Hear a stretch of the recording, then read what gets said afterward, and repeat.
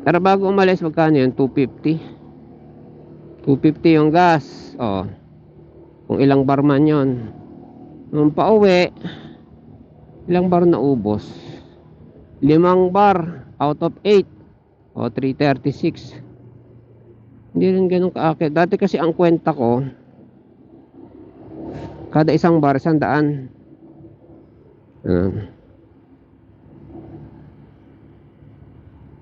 Ayan. Ako, ang totoo lang ngayon, kailangan ko mag-sales.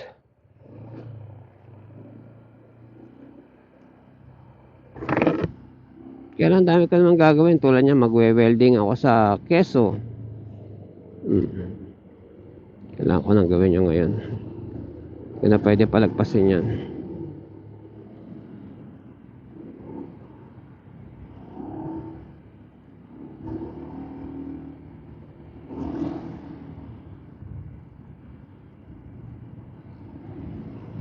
Para nang sa ganon, hindi na kami magastos sa gas. Gastos sa gas din to eh. Tulad niya, isang bar na. Oh, magkano na yan? Nung araw pa lang yung Tuesday. Oh, sinatid ko siya. Mamaya susunduin ko pa siya. Kasi dati nagkwenta kami. Nakatatlong hatid ako. Kita mo ha. Buti na lang nagminor ako ha. Nakatatlong hatid ako. Tapos pagas kami. Nagsimula kami ng full tank Sunday eh.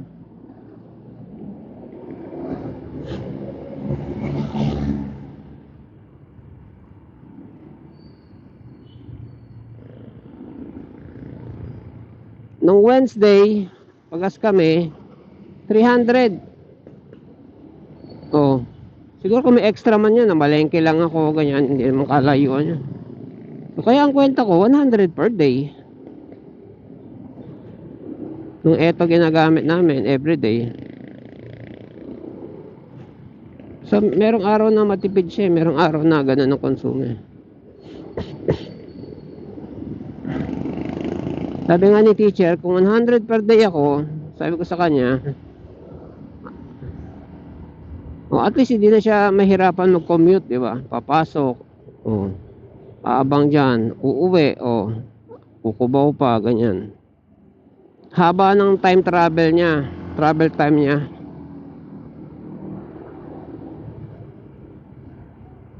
Ayun kakainin sa oras. Maambon nga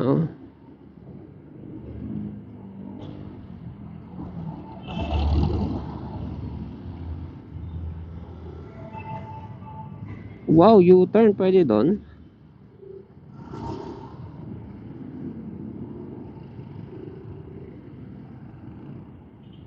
Grabe yung fog sa helmet ko.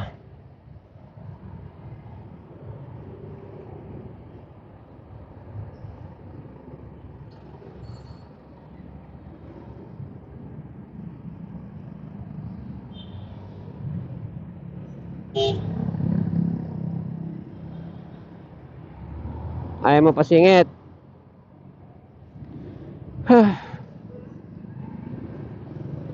Ayaw pasingit do, wow.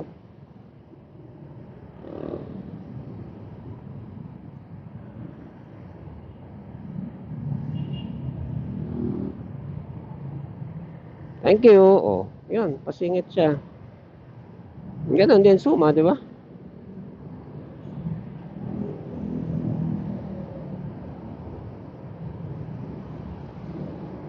Yung advantage na may taga-kamay, no?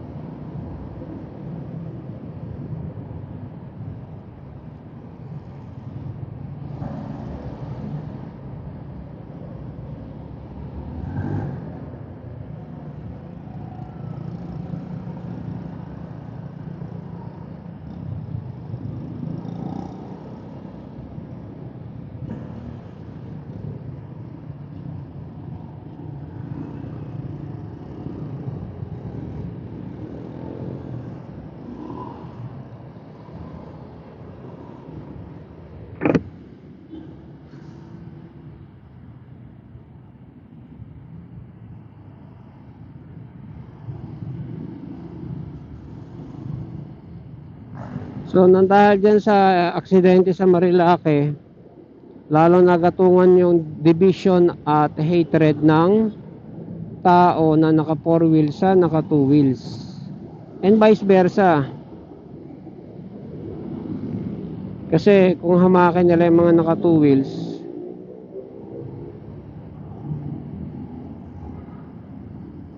parang gusto nila mangyari, mawala na lahat ng naka 2 wheels.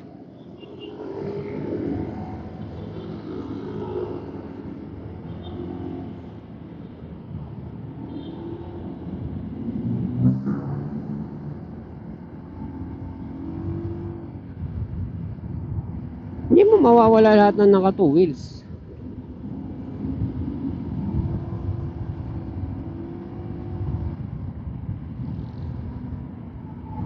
Unang-una, legal ang pagbebenta ng 2 wheels.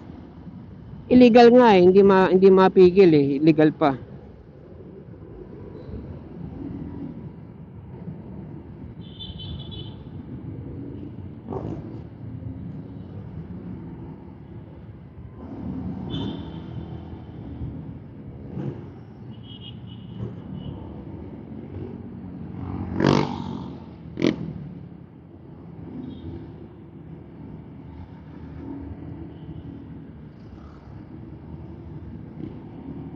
So, kailangan mga tao ma-educate.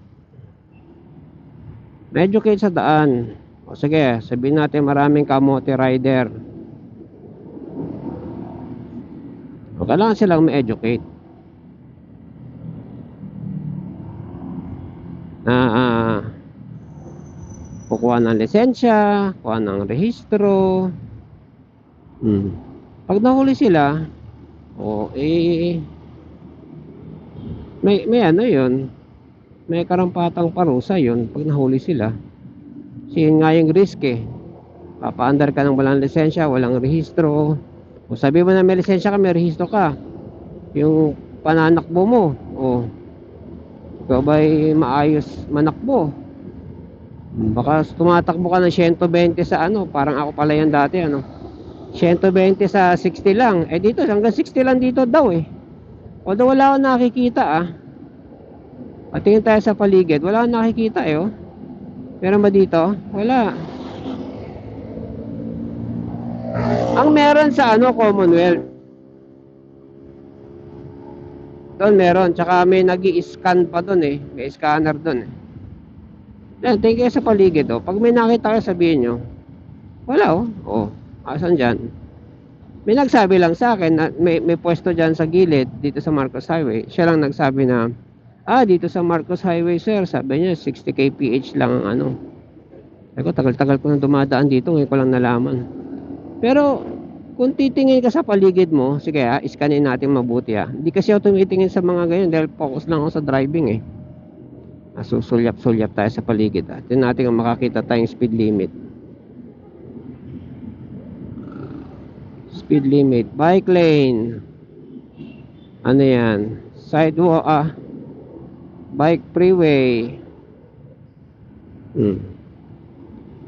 Lapit na tayo sa dulo. Ano yan? Kung ano man yan, tow zone. Sa kanan yun sa kaliwa. Sa kaliwa wala, LRT lang na poste. Ano yan? No parking. Ano pa? Nasaan yung saan yung speed limit? Anyways, sa kaliwa nakalagay doon U-turn. So ibig sabihin, kung saan man niya binase yun, wala akong nakikita kung saan niya binase yun. Anyways, kung nasa kami, Commonwealth, pwede pa kasi merong karatula doon. Yon. Although 60 kph is mabagal para dito sa highway na to. Ano pa yan? No loading.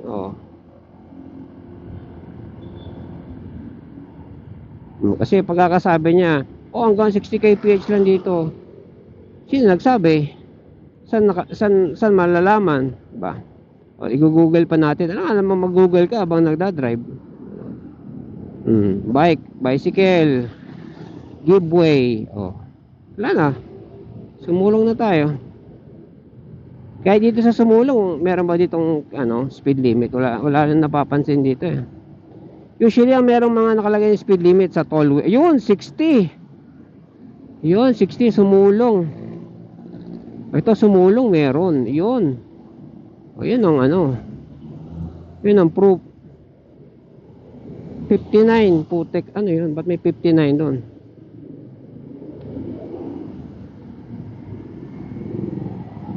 Yun ang proof. Hanggang 60 lang dito. Sa bungad talaga, di ba? Baka naman sa bungad ng Marcos Highway meron. Sa bungad lang. Anyways.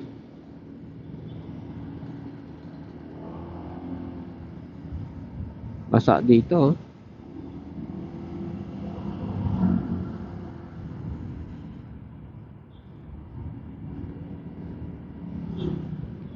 Woo!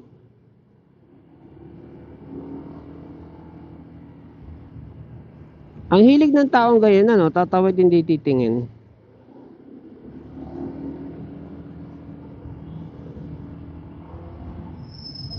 At least yun, medyo kita pa niya sa peripheral vision niya. Pero marami yung nakatalikod. Wala eh. Kulang sa disgrasya eh.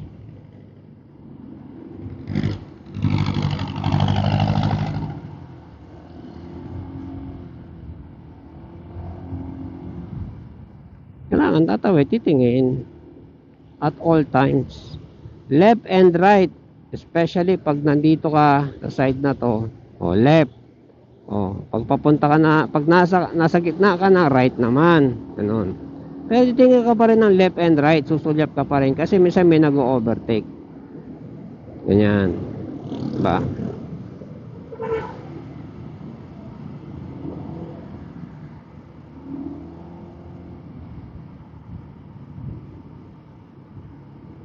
Pala to na ano.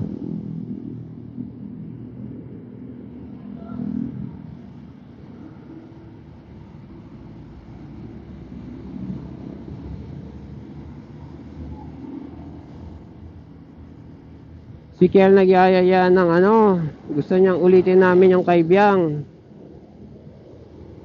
Yayaya siya, ihiramin niya yung ano niya, motor ng best friend niya.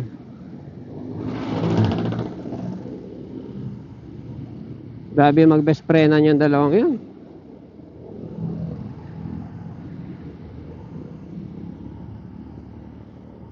Eh maingat naman sa motorcycle. In fairness sa kanya. Kahit ako napapahiram ko siya ng motor eh.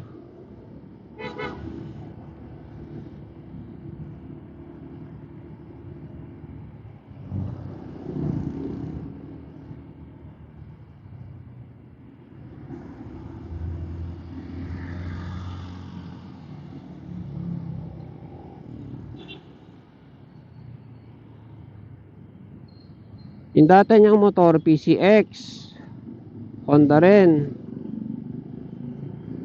Alagang-alaga niya.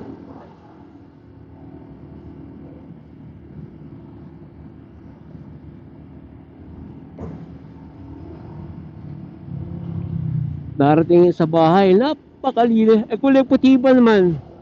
Napakalinis talaga, wala akong mapintas. Considering na ang layo ng pinanggalingan. Pakalinis. Sabi niya pag maglinis daw siya, talagang very thorough naman talaga siya.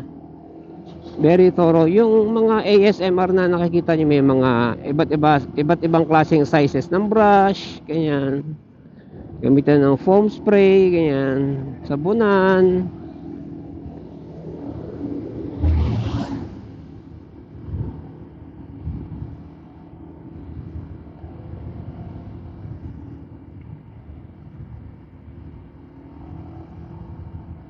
Pakalinis sa motor niya.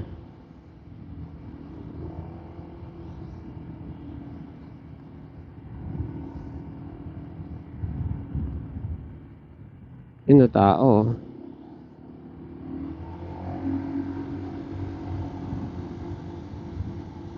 Matuling ka, di mo nakita yun. Disgrasya.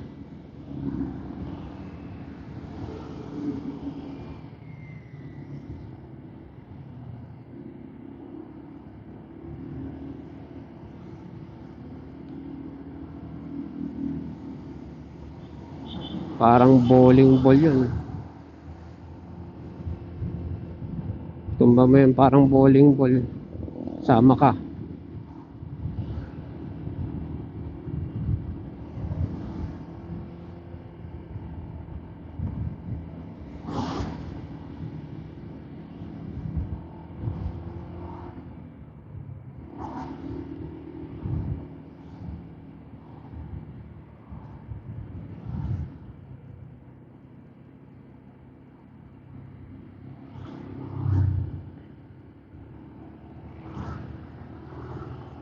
Ito, mataas-taas na rin dito sa amin eh. Yung tenga ko nag-equalize oh.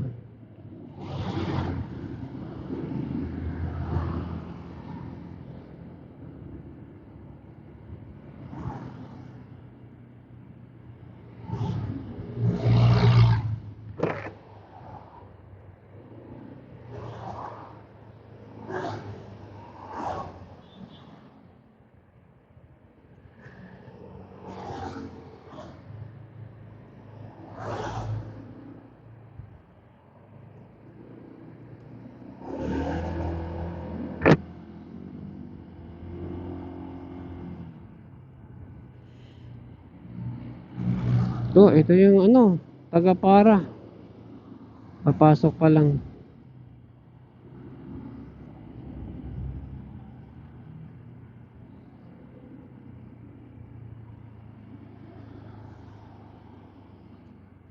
Tsura ng mama na yun, laging dilat yun, totoo lang.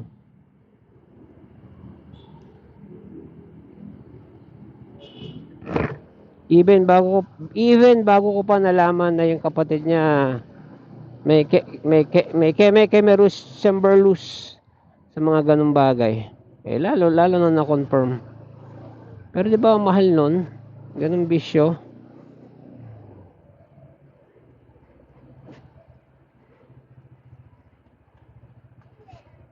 Kailangan mo nang humana ng panustos sa ganon.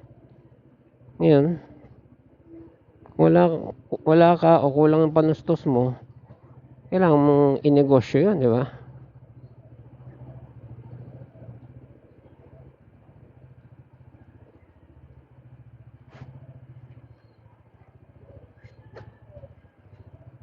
Saan ko ba napanood yun? Kwento sa ano yan? Sa Uy, kuting, Dol. Si Idol, kabayan. Pre. Morning. Morning.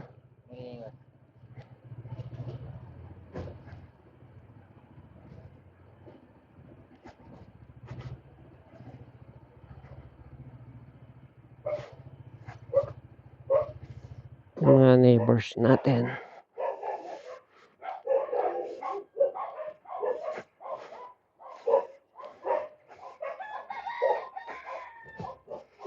Minsan tumira kami sa subdivision dyan sa Masinag.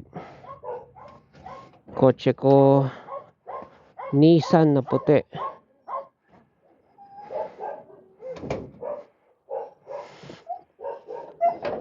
Umuupa kami doon. Brand new yun, Nissan na puti, sedan. Palabati pa. Alam ko hindi ako palabati eh. Kasi at that time kami para medyo nagwa-warlalus kami ni teacher nun eh. Anyways, nung paahon ako, binato ako ng bato ng malaki. Santipak ng bato, basag yung windshield ko. Mga tambay doon.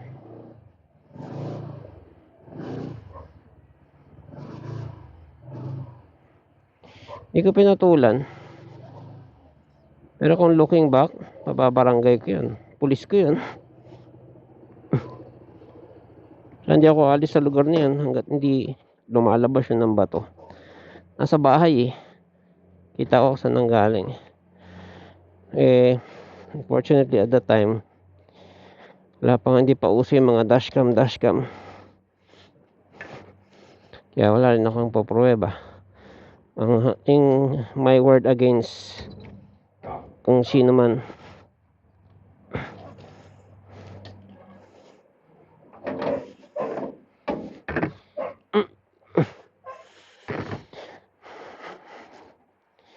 Kaya sabi ko, hindi porke subdivision matitino mga tao. Iba yung gago sa subdivision, iba yung gago sa ganitong squammy.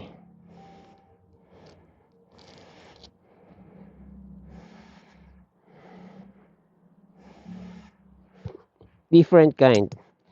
So hindi mo ma-generalize na subdivision walang gago. Well, at least sa ganong level ng subdivision na.